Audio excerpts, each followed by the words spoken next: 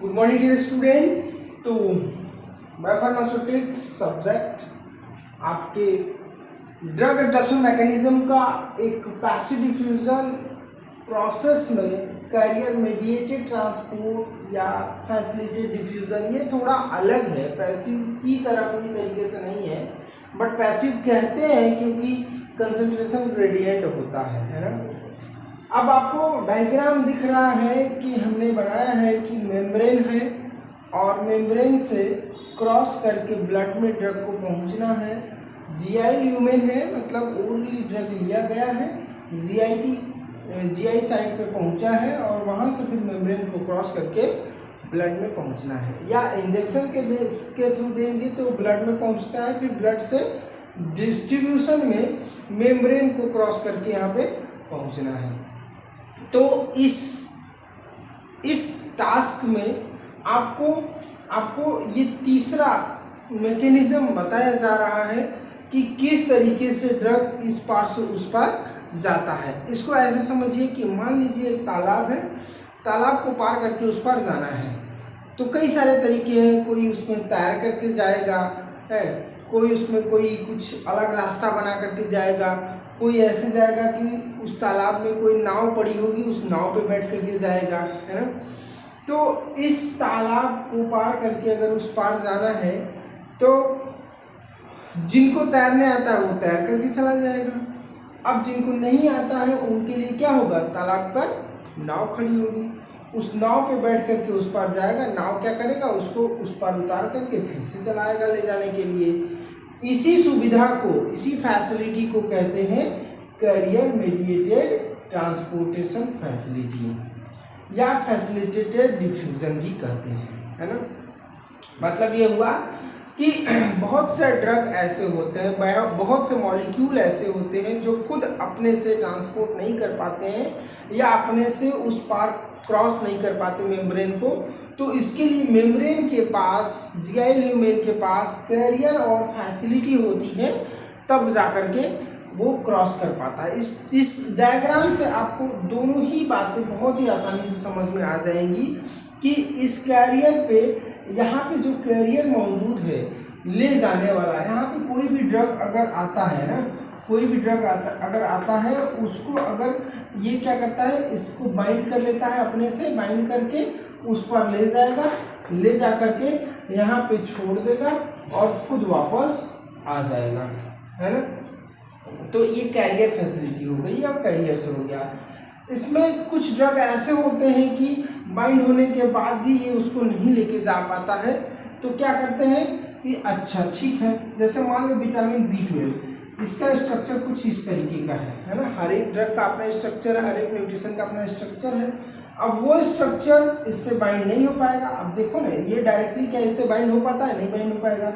तो बाइंड नहीं हो पाएगा तो ये उसको ले ही नहीं जा पाएगा, है ना। तो इसके लिए फिर क्या होगा, एक बीच में इंट्रिंसिक फैक्टर आता है जिसका नाम होता है ग्लाइकोप्रोटीन, है ना। जीआई ल्यूमेन रिलीज करता है ग्लाइकोप्रोटीन। ग्लाइकोप्रोटीन क्या होता है, इसके अकॉर्डिंग बाइंड होता है। इससे जब बाइंड हो जाएगा तो देखो कैसे इससे बाइंड होने का इसका स्ट्रक्चर बन गया। अब ये इससे बाइंड होकर के उस पर चला जाएगा। तो ये जो ग्लाइकोप्रोटीन इंट्रिंसिक फैक्टर प्रोवाइड किया जीआई ल्यूमेन ने, इसी को कहते हैं फैसिलिटेटेड डिफ्यूजन। फैसिलिटी दिया जिसकी वजह से डिफ्यूज हुआ।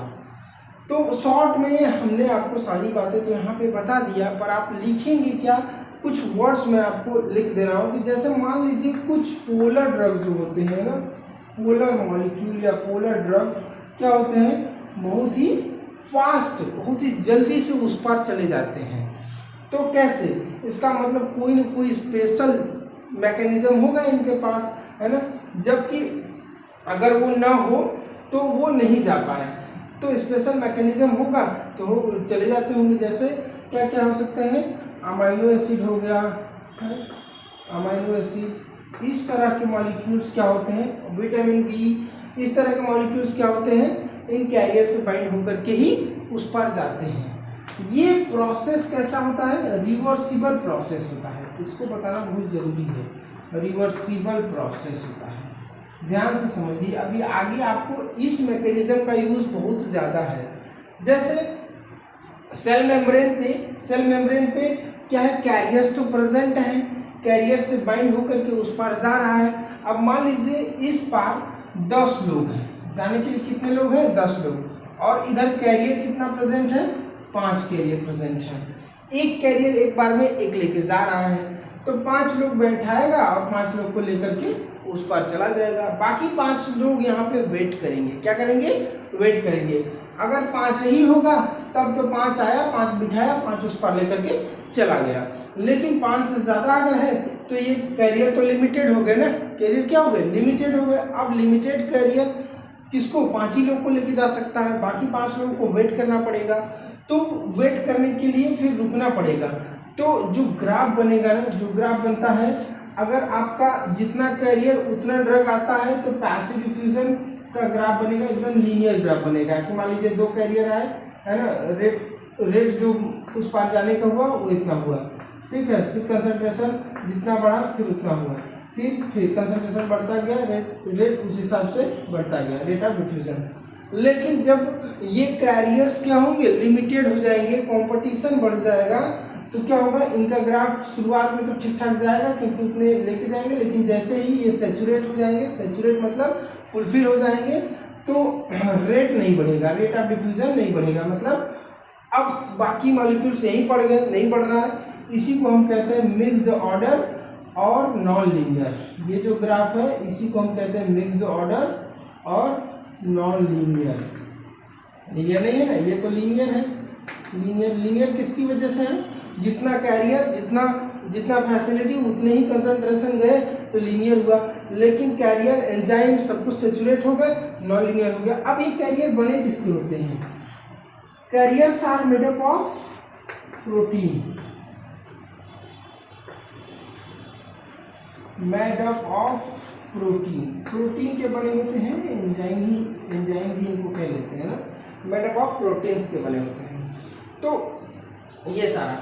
चौथी चीज क्या होता है, चौथी चीज ये होता है कि इनके बीच में क्या होगा, कंपटीशन होगा। अगर एक जैसे मॉलिक्यूल्स आ गए तो जैसे मान लीजिए विटामिन्स को तो ये ले रहा है उस पार, लेकिन विटामिन्स की ही तरह स्ट्रक्चर रखने वाला अगर कोई आएगा तो क्या उसको लेके जाएगा कि नहीं।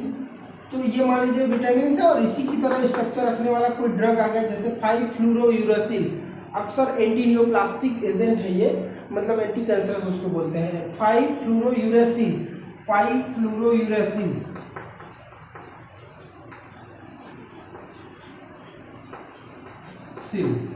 या फिर 5-ब्रोमोयूरेसिल, ये सब एंटी नियोप्लास्टिक एजेंट मतलब एंटी कैंसरस ड्रग है, जिनकी स्ट्रक्चर इस कैरियर के एक्सेप्टेंस के अकॉर्डिंग होता है। तो ये भी फाल्स ट्रांसपोर्टेशन की तरफ से चले जाते हैं। तो हम ड्रग का ट्रांसपोर्टेशन या ड्रग का एब्जॉर्प्शन इसी मैकेनिज्म से कई बार पा लेते हैं, है ना। फैसिलिटेटेड डिफ्यूजन में विटामिन B12, है ना, फैसिलिटेटेड डिफ्यूजन